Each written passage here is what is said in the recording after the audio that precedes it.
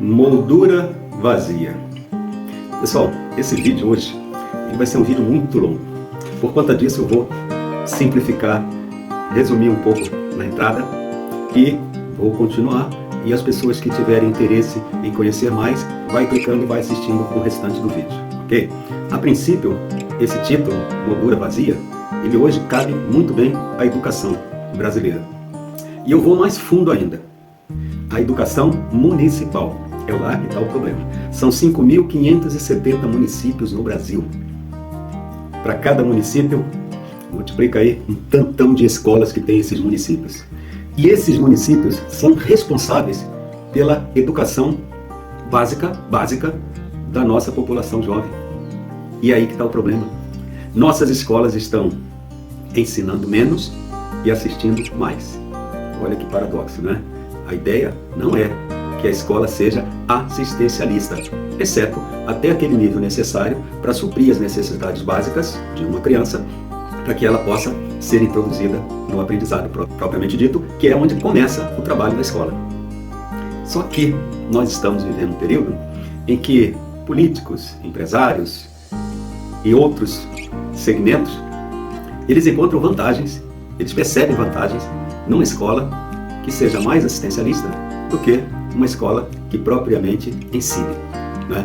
E esse é um problema sério. Por quê? Porque isso é tão camuflado que o papai e a mamãe não tem tempo para olhar para essas coisas. Ele trabalha, ele corre. Eu já fui jovem, já fui um pai novo, aquele pai novo entre 25, 30 anos, 35, no auge da sua maturidade ali, de vigor, e é um pai consciente, um pai engajado com os filhos, com a família. Sabe o que esse pai faz? Ele trabalha. E trabalha para cumprir aquilo que ele entende que é a coisa mais correta que ele tem que fazer. E não sobra tempo para mais nada. Ele tem filho, ele tem que cuidar da família, né? Ele tem que cuidar da roupa, da comida, né? De transporte. E eu podia fazer uma lista enorme das atribuições que tem os pais, né? Eu estou falando daquele pai e daquela mãe que se uniram para formar uma família. É desse pessoal que eu estou falando. Nem estou falando daquele casal que não tem filhos. Não tem como falar nada sobre isso daí. Mas aquele casal que tem filhos, e os filhos ocupam a escola, e os pais são pais engajados com os valores que ele entende ser os melhores para a sua família, esse pai está sendo hoje o calcanhar de Aquiles, sem saber. Porque quando eu estava naquela idade lá, eu enxergava de um jeito que ninguém iria me convencer ao contrário. Eu tinha assim, era que trabalhar muito o máximo que eu pudesse e melhor para ganhar promoção, coisa e tal, para poder dar o melhor que eu posso para minha família. É desse pai que eu estou falando. E é justamente esse pai que não tem tempo para olhar para alguns aspectos da educação dos filhos. Lá vai uma dica pequenininha. Os papais aí, 30, 35, 40, uma dica pequenininha, né? Quando você tiver com seus filhos, procure olhá-los de maneira individual. Na minha época, meu pai e minha mãe ensinou que a gente deve ver todos iguais. E se esmeravam para tentar fazer tudo igual para todo mundo, o que na verdade acabava sendo uma economia de esforço, né? Porque fazer igual para todo mundo parece ser assim mais simples do que fazer um pouquinho diferente para cada um e manter o mesmo amor, porque as pessoas são diferentes. Então o papai novinho e a mamãe novinha, ele não entende isso ainda. Mas não entende, não é falta de competência, de inteligência, não. É porque tudo ao seu redor leva para pensar exatamente como eles pensam. Eles amam os filhos, querem o melhor para o filho, e eles não têm noção de quando esta ação pode estar sendo não benéfica para esses filhos. Então, para aquele papai e para aquela mamãe, lá vai uma dica. Trate seus filhos de uma forma diferente, em função daquilo que cada um traz em si. Isso vai ajudar muito. Não só na infância deles, mas lá em cima também. Quando eles estiverem lá nos 30, 40 anos, que tiver aquele churrasco, aí você vai ver exatamente qual foi a criação que você deu, né? Você às vezes vai sofrer. Você vai ouvir coisas que você preferia não ouvir, mas que você tem que parar e refletir e pensar. Isso faz sentido. Eu errei, eu bobeei nisso aí.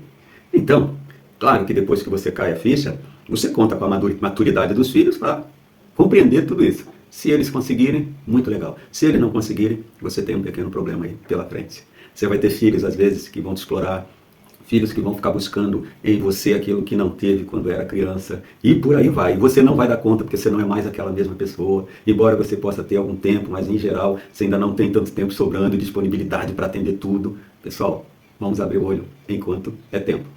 Só isso que eu falei até agora, eu acredito que já vale o seu joinha e o seu like e o seu compartilhamento. Porque a partir de hoje, você, papai, mamãe, vai fazer uma coisa que eu vou dizer para vocês e que vai dar muito certo.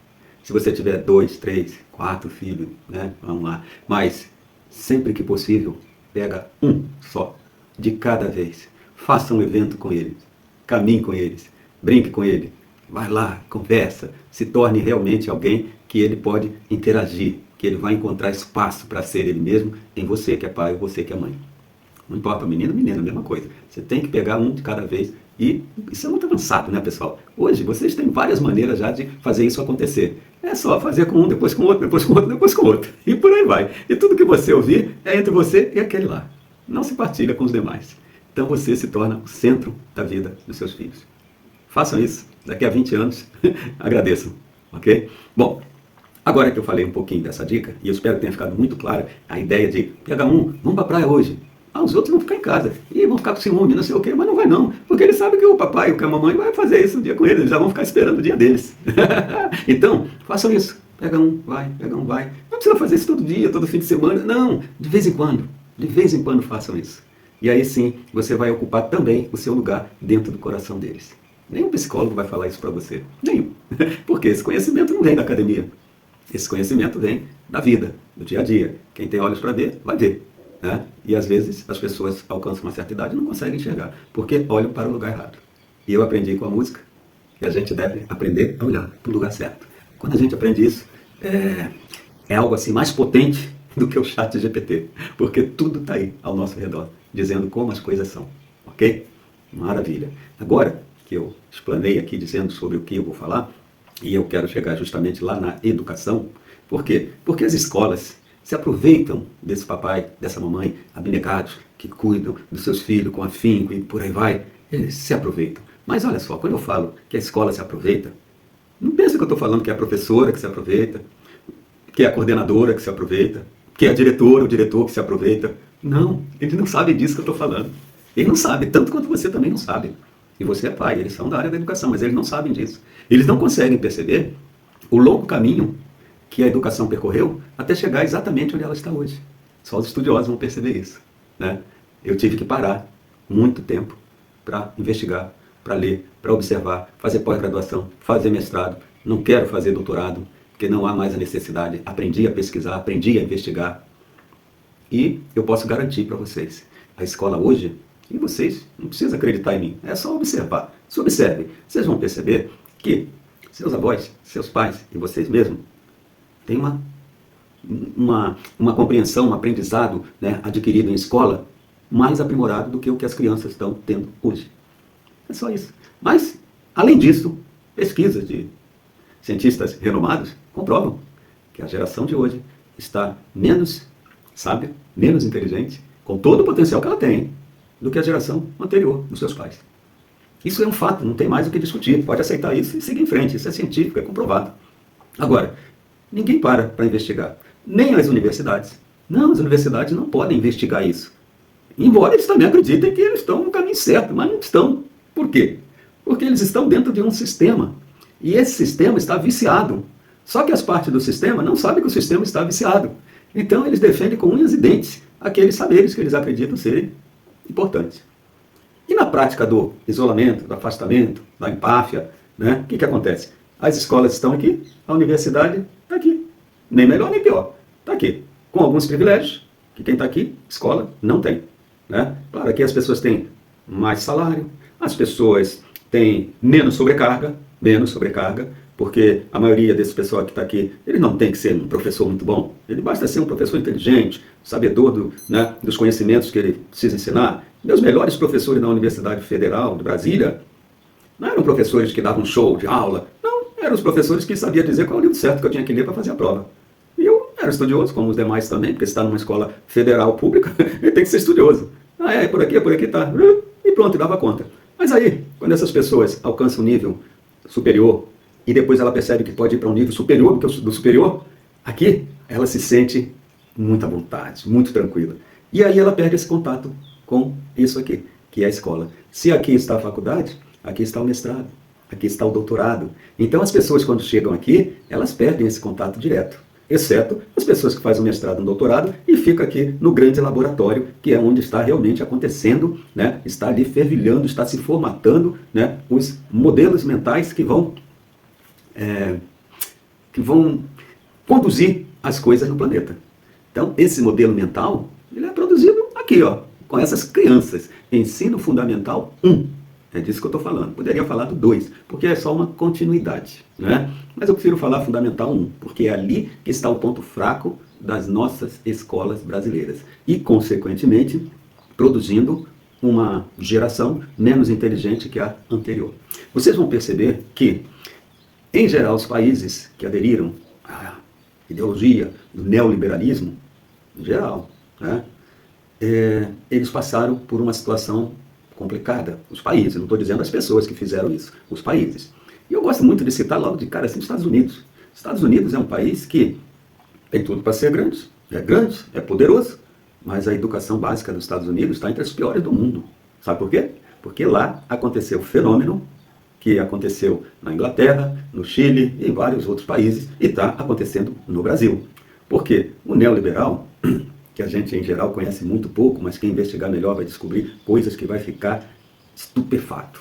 Não vai acreditar naquilo que está vendo. Mas não é o nosso tema hoje. Mas o fato é, as escolas, dentro dessa onda neoliberal que está assolando, querendo assolar o planeta, como quem diz assim, nós, empresas, somos quem conduzimos o planeta. E nós vamos botar o nosso formato, o nosso molde em todas as operações que existem no planeta. Então, o modelo empresarial, os neoliberais, né, eles entendem que aquele modelo empresarial tem que passar para as escolas, para a saúde, para as pesquisas, para tudo.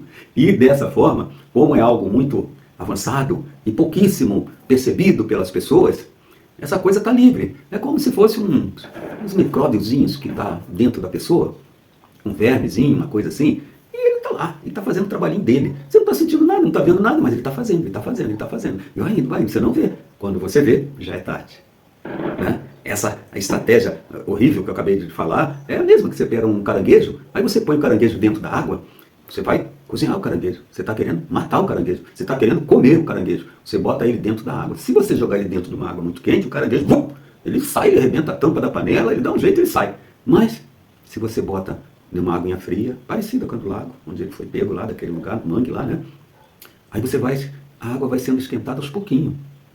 Ele não está vendo nada de estranho, nadinha, que nem nós, não está vendo nada de estranho. Só que vai chegar um momento que a água vai esquentar, ele vai começar a se sentir incomodado. É o nível que nós estamos chegando em relação às escolas. Estamos próximo disso, tá? Mas não chegamos ainda onde tem que chegar para perceber. E aí o caranguejo fica e vai. Daqui a pouco ele começa a sentir uma coisa estranha e ele começa a pensar em, aqui eu acho que não está bom não, vou mudar isso, vou sair daqui. Quando ele tenta, as pernas, né, já está meio cozida, ele já não tem a força que ele pensava que tinha, que ele tinha antes, ele já não tem mais. E aí com isso o que acontece? Ele não pode fazer mais nada. Ele só vai ter que esperar o fogo cozinhá-lo, né, para o prazer de quem vai consumi-lo. E a educação, pessoal, a saúde, a cultura, a arte, o meio ambiente, está tudo sendo cozinhado em água morna, que está esquentando aos poucos, ok? A água da saúde já está um pouquinho quente. As pessoas já estão vendo com mais assim, de uma forma mais forte, e a coisa já está incomodativa, já estão querendo não se sentir bem. Mas na educação, principalmente a educação municipal, não está acontecendo ainda tão bem. Mas eu e várias outras pessoas que eu vejo por aí, engajadas em contribuir, porque essa ideia de contribuir, quando vem na hora certa, para certas pessoas, ela é um bem, ela é algo benéfico. Por exemplo, você tem uma ideia, eu não acredito que o homem nasceu para ser feliz. Eu não acredito, também o oposto, que o homem nasceu para ser sofredor. Não faz sentido, né? As pessoas preferem gostar mais de ouvir assim, você nasceu para ser feliz. né? Então faça isso, faça aquilo, né? Você não vai levar nada dessa vida, então beba, fume, faça isso, se arrisque, tá? Seja feliz. E muita gente cai nessa. Já tem outras pessoas que é o contrário, parece que nasceu para sofrer. E se você tentar tirar ela do sofrimento por algum tipo de argumento, ela fica tua inimiga e você desiste dela. Até que vai chegar no ponto, né? Podíamos chamar de caminho do meio, sei lá, em que você vai perceber que não tem muita graça e não faz sentido. Ah, eu agora me aposentei, agora eu tenho dinheiro suficiente, agora eu vou ser feliz. Ninguém consegue ser feliz simplesmente por ser feliz, porque chegou nesse nível e vai ser feliz. Isso é uma besteira, né? E também não faz sentido a pessoa ser melancólica, ser triste e ficar ali. Mas tem uma terceira margem aí no meio, que diz o seguinte: o que eu quero realmente da vida? Para que eu estou aqui? O que me realiza? Aí nós vamos ver uma ética horizontal. Kierkegaard, né? Kierkegaard. Uma ética horizontal. Nessa ética horizontal, significa que eu não sou mais o centro, né? Eu não sou mais o centro. Eu, de fato, sou uma peça que tem uma função, que tem uma contribuição a dar. E esta contribuição, ela é infinita. Eu posso contribuir com uma pessoa assim, outra pessoa sabe, tal, sem me perder e sem contaminar aquela pessoa. Porque se eu ajudar uma pessoa que simplesmente é preguiçosa, primeiro tem que curar a preguiça dela. Então eu posso ajudar dizendo, olha, comece a praticar esforço. Nem que seja um esforço de capina um terreno, faz isso, faz aquilo. Algumas coisas assim que demoram um pouquinho para você depois poder contemplar e falar assim, pô, eu andei isso daqui, ó, eu fiz isso assim aos poucos, foi, nem eu acreditei, olha como é que a coisa está hoje. Né? Eu falo para os meus aluninhos quando eu era criança, sem saber dessas coisas que eu sei hoje, eu adorava pegar um terreno do meu pai lá, o terreno do meu pai não era um terreno, era só tinha aquele. E meu pai ia trabalhar, minha mãe trabalhava em casa, e, né, aquela labuta terrível. Eu, às vezes, pegava a enxada, né, e ia capinar o terreno. Mas era um terreno grande, eu tinha que capinar aquilo dali, começava assim meio que de manhã, né, às vezes no fim de semana, ou nas férias. Eu passava férias, às vezes, capinando, fazendo essas besteiras. Mas essas besteiras não me desmerecia, não tirava meu prazer de viver, de brincar, de correr, de nada.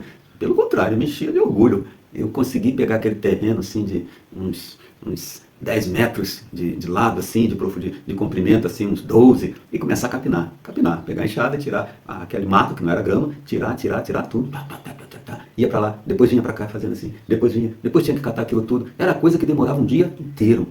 Então, um ser humano que quer ser bem-sucedido, né, quer sentir alguma alegria, procure aprender a praticar coisas que você consegue transformar aos pouquinhos. Porque a maioria das pessoas, quando vê que aquilo que ela quer, tem que subir essa montanha toda, tem que dar essa volta, eu não quero isso não, já desisti. Mas tem as pessoas que falam assim, por onde eu começo? E aí ela vai.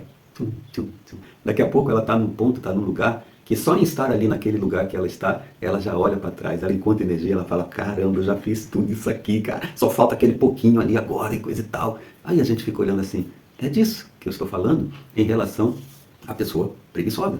Eu não tenho que ficar ajudando a pessoa preguiçosa, dando para ela o que ela não quer fazer esforço para conseguir.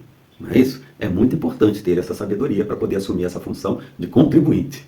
Aí eu não estou mais falando do imposto, não, estou falando de uma coisa superior, né? De uma coisa que transcende essas questões mecânicas, né? Operacionais do dia a dia social. Estou falando de algo que você é um ser, que você está numa praça e uma criança aparece e olha para você e sorri, brinca e conversa com você, já olha aquela criança com a intenção de contribuir, né?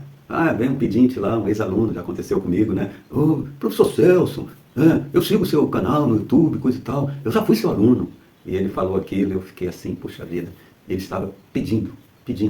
E ele, em pouco tempo, me contou o fracasso, todas as dificuldades que ele teve, que se envolveu com a droga e por aí vai, tal. E eu vou olhar como para aquela pessoa ali. Se eu tiver na mão qualquer coisa que eu possa contribuir, eu vou contribuir, né?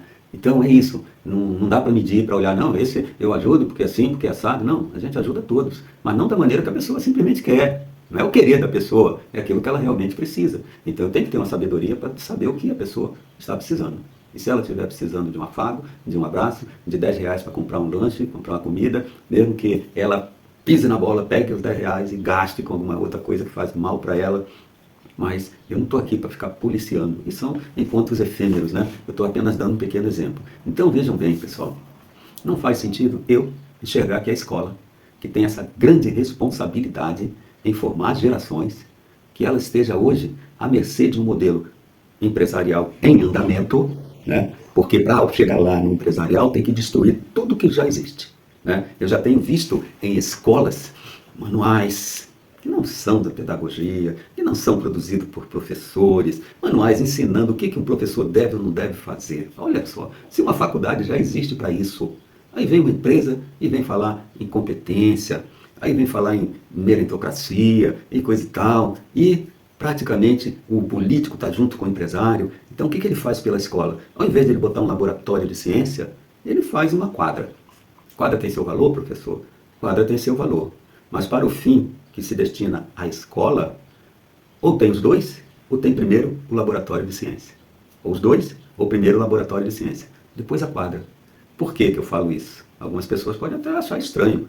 Pessoal, o esporte, quem é da área da educação física, o esporte, sabe que, por uma estratégia política, para que o esporte hoje, assim como a religião, que começou toda a educação no Brasil, teriam até mais direito, né? Assim como a religião tornava uma educação não laica, né? O esporte entrou e ocupou esse espaço. E agora, o que a gente vê, aquela educação física com aquele ideário grego, mente sã, corpo são, etc. As crianças hoje, elas não sabem nem chegar lá, fazer aqueles exercícios, né? Decúbito dorsal, decúbito ventral, tal. Aí depois que termina aquilo dali, como uma espécie de um lazer, de um descanso, vão praticar um esportezinho. Mas não, agora é o contrário. As escolas agora, ela tem a prioridade, o esporte. E como a escola está tão precária, porque quando o esporte está dentro de uma escola que tem recurso, ela tem piscina, ela tem academia, ela tem pista de atletismo. Eu não estou falando dessa escola, não. Eu estou falando daquela escolinha que não tem quadra, e quando tem ela não é coberta, mas tem um depósito que tem umas bolas. E não é 1, 2, 3, é um enorme número de professores de educação física que simplesmente entrega a bola para a criança. Deixa a criança brincar. E acabou, deu tempo, acabou a educação física. Aí lá para aquelas crianças esbaforidas, né? Alguns suados, com a dopamina lá em cima, e a criança explosiva, aí vai para a aula de matemática. Aí essa criança, meu Deus, não está preparada para nenhuma aula, nem de matemática, nem qualquer uma outra aula. Então, esses cuidados que uma escola precária não tem condição de ter, é o que está acontecendo. Mas, educação física, arte, inglês e tal, parece que as pessoas das escolas não entendem muito bem qual é a função dessas disciplinas. Por exemplo, arte. Você chega lá, não tem uma sala onde você pode levar os alunos para praticar alguma coisa focada numa teoria. Então, essa teoria aconteceu em sala de aula, agora nós vamos para a sala, para o ateliê, vamos saber coisas sobre a prática, a poética.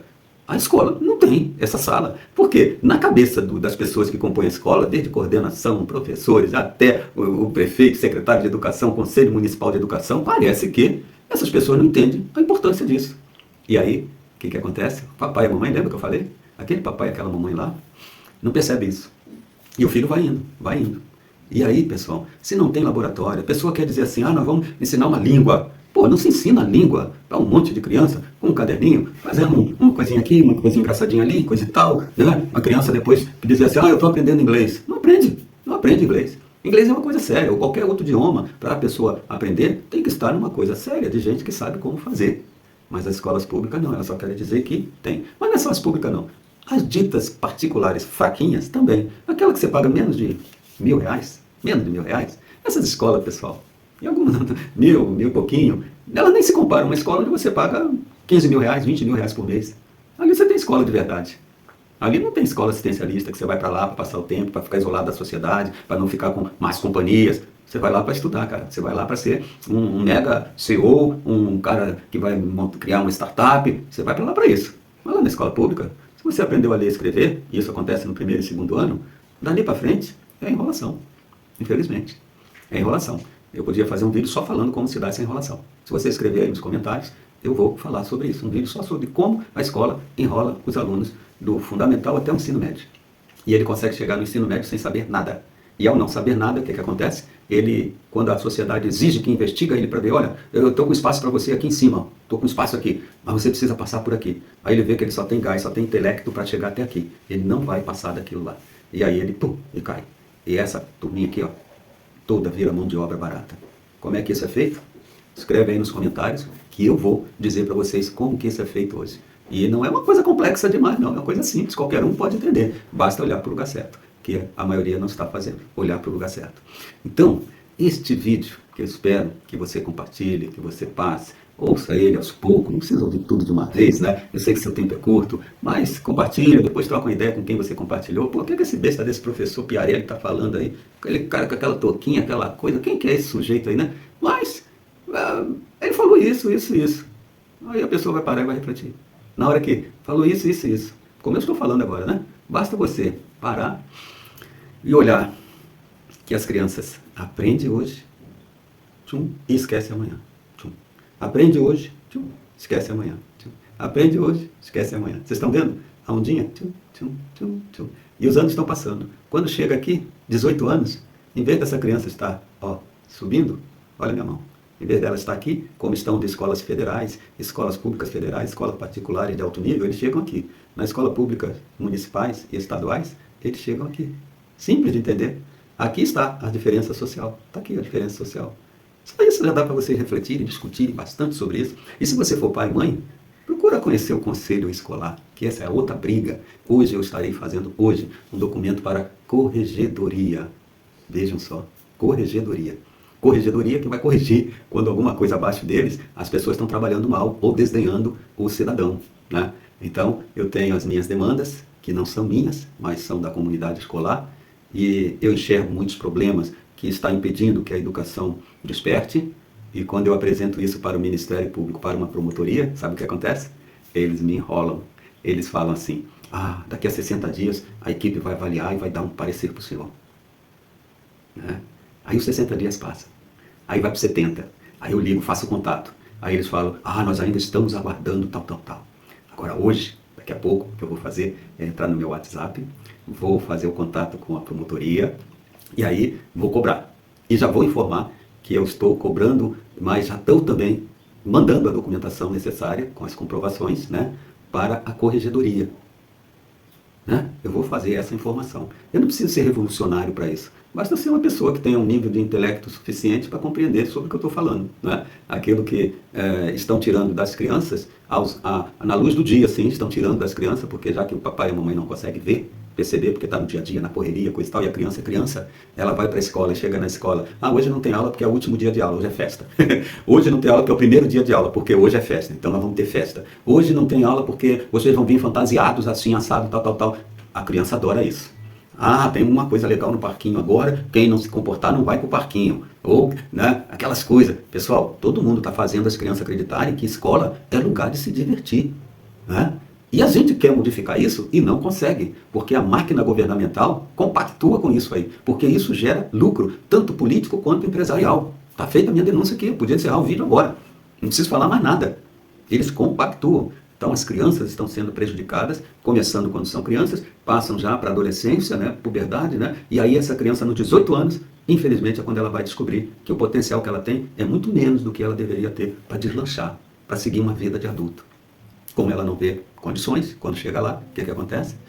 Aceita no coração dela que ela é uma pessoa que fracassou e que ela vai aceitar qualquer trabalho, às vezes trabalhos ilícitos, e os trabalhos lícitos que vão explorá-la também.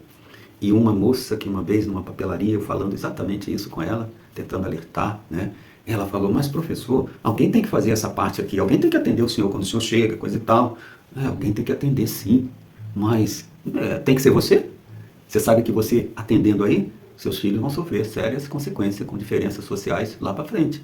Será que é você que tem que se sacrificar para que outros tenham os filhos que não vão ter problemas, né, de escola, coisa e tal, de recurso? Quem é que tem que decidir isso? Né? A sociedade tem que dar solução para isso. Se a sociedade não dá solução, por que eu que tenho que sacrificar? Por que eu tenho que trabalhar no banco e ganhar um salário pequenininho, não ter tempo para a família nem nada? Por que tem que ser eu? Mas alguém tem que fazer, mas por que tem que ser eu? Então, pessoal, é disso que eu estou falando. Pode ser que uma pessoa só assista esse vídeo assim mesmo, não entenda muito bem não. Mas pode ser também que uma pessoa que assista o vídeo entenda, eu tenho certeza que ela vai produzir grandes transformações no seu ambiente social. Desde que ela tenha essa capacidade de dialogar, discutir, refletir, conversar. Que é isso que a gente espera que as pessoas, com o passar do tempo, adquiram cada vez mais. Tá certo? Então, esse vídeo, eu não estou apostando muito nele, né? Acho que eu já fiz vídeos melhores do que esse. E nunca viralizou, nunca deu muito resultado. Mas esse também eu acho que não vai dar. Mas é um daqueles vídeos que eu tenho que botar, porque em algum momento alguém vai acessá-lo.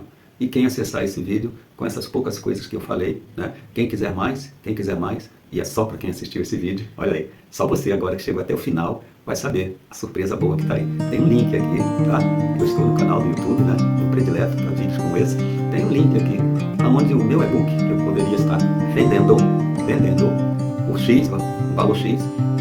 Depois de eu ver que é tão difícil vender e-book, né? Mas não é difícil porque é caro, porque né, as pessoas não curtem. Não, eu não sei fazer o jeito que algumas pessoas sabem fazer para fazer as vendas. É isso, não sei. Estou contando com você, não para fazer a venda. Não para fazer a venda, não precisa fazer a venda. Porque se eu fosse fazer a venda, eu não ia fazer isso que eu vou fazer agora para você. Eu iria investigar mais, coisa e tal, aprender, pagar alguém. Mas não, você vai poder pegar esse e-book gratuitamente. Clicou no link aí embaixo, clicou. Você vai poder ler o meu e-book totalmente. E eu adoro indicar esse e-book, porque ele é colorido, ele é interessante, com coisas assim que vai te impressionar, vai deixar você assim reflexivo, né? E eu entendo que é muito mais vantajoso um monte de pessoas lerem ou verem de graça, se consegue pagar, do que só aqueles que têm dinheiro X poderem ver. E ainda assim, não flui nada. Então, esse link que vocês vão encontrar aí, vocês vão encontrar lá o e-book, né? Tá lá no setorzinho lá, você vai clicar, tchum, vai entrar. Aí você vai, olha o sumário, clica ali, tchum. Aí você gostou do tema, olha o sumário, gostou, clica, você vai direto na página, tum, né? É um e-book muito bem formatado, tá certo? E que eu acredito que você que vai ler esse e-book gratuitamente vai ter consigo mesmo a obrigação de procurar na sua escola o seu conselho escolar. Investiga se já é um conselho escolar viciado, como 99% deles são. Viciados são aqueles conselhos escolares que, ao invés de fazer o controle social, ao invés de fiscalizar, de deliberar, né, eles são pau-mandado dos mandatários. A primeira coisa que você tem que investigar é isso, se o seu conselho é um conselho viciado. Se ele for, você precisa informar as pessoas o que é um conselho viciado e que, assim, a gente tira as chances que o conselho tem de fazer devidas mudanças e proteções para a comunidade escolar, para que as nossas crianças cheguem nos 18 anos, não aqui assim, ó, tchum, que ela chegue aqui, porque daqui ela vai ao saco, ok? Então faça isso, leia de graça meu e-book, se você quiser, se você puder, aí eu deixo meu Pix aí, se você puder e você quiser, você contribui do jeito que você quiser, com o valor que você quiser, mas se você quiser, você pode contribuir, mas se você puder e não quiser, não tem problema. Se você pelo menos ler e entender disso que eu estou falando, tenho certeza que a minha contribuição já está dada, ok? Então, eu vou encerrar por aqui e mais para frente eu dou algum retorno em relação à promotoria, Ministério Público, o que a Corregedoria disse, porque eu quero construir um caminho que eu possa um dia dizer para vocês assim, ó, pessoal, se o seu conselho é viciado, se a sua escola está mais assistencialista do que realmente escolarizadora, e você encontra dificuldade em relação aos políticos, etc., eu quero ter o caminho certo para dizer para você, ó, faça isso, isso e isso. E aí nós vamos revolucionar a educação brasileira. Nós vamos ser o único país que caiu nessa derrocada das reformas empresariais, procurem saber sobre isso, mas que a gente conseguiu se sair. Que o Brasil seja o primeiro, ok? Então aguarde, você vai fazer o que você quiser. Se isso daí se expandir, eu tenho certeza que nós vamos conseguir melhorar a educação brasileira, ok? Um grande abraço para vocês. E não deixa de curtir aí, tá bom? Valeu!